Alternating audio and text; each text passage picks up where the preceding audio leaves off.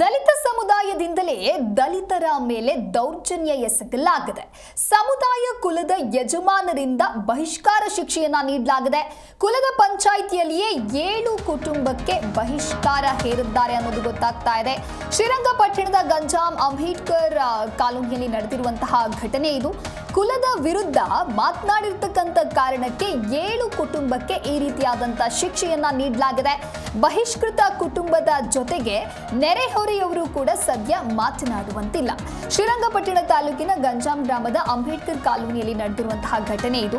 ಕುಲದ ಪಂಚಾಯಿತಿಯಲ್ಲಿ ಯಜಮಾನರುಗಳಿಂದ 7 ಕುಟುಂಬಕ್ಕೆ ಬಹಿಷ್ಕಾರ ಮತ್ತು ದಂಡದ ಶಿಕ್ಷೆಯ ಆದೇಶವನ್ನ ನೀಡಲಾಗಿದೆ. ಅಂದ್ರೆ ಪಂಚಾಯಿತಿಯನ್ನ ಮಾಡಿರ್ತಾರೆ, ಅಲ್ಲಿ ಯಜಮಾನರುಗಳಿಂದ ಈ ರೀತಿಯಾದಂತಹ ಒಂದು ನಿರ್ಧಾರ ಅಂದ್ರೆ ಆದೇಶವನ್ನ ನೀಡಿದ್ದಾರೆ. ಕುಲದ ವಿರುದ್ಧ ಮಾತನಾಡಿದವರಿಗೆ ಜೊತೆಗೆ 7 ಕುಟುಂಬಕ್ಕೆ ಸಾಮಾಜಿಕ ಬಹಿಷ್ಕಾರವನ್ನ ಕೂಡ ಹಾಕಲಾಗಿದೆ. ಬಹಿಷ್ಕಾರಕ್ಕೊಳದ ಕುಟುಂಬದ ಜೊತೆಗೆ ನೆರೆಹೊರೆಯವರು ಮಾತನಾಡಬಾರದು, ಅವರನ್ನ ಕುಲದ ಯಾವುದೇ ಕಾರ್ಯಕ್ರಮಗಳಿಗೂ ಕೂಡ ಕರಿಬಾರದು, ಅವರು ಕೂಡ ಯಾವುದೇ ಕಾರ್ಯಕ್ರಮಗಳಿಗೆ ಬರಬಾರದು, ಬಹಿಷ್ಕಾರ ಮಾಡಿರುವಂತಹ ಆ ಕುಟುಂಬಗಳ ಬಳಿ ಯಾವುದೇ ವ್ಯವಹಾರವನ್ನ ಇಟ್ಟುಕೊಳ್ಬಾರದು ಅನ್ನುವಂಥ ಸೂಚನೆಯನ್ನ ಕೂಡ ನೀಡಿದ್ದಾರೆ.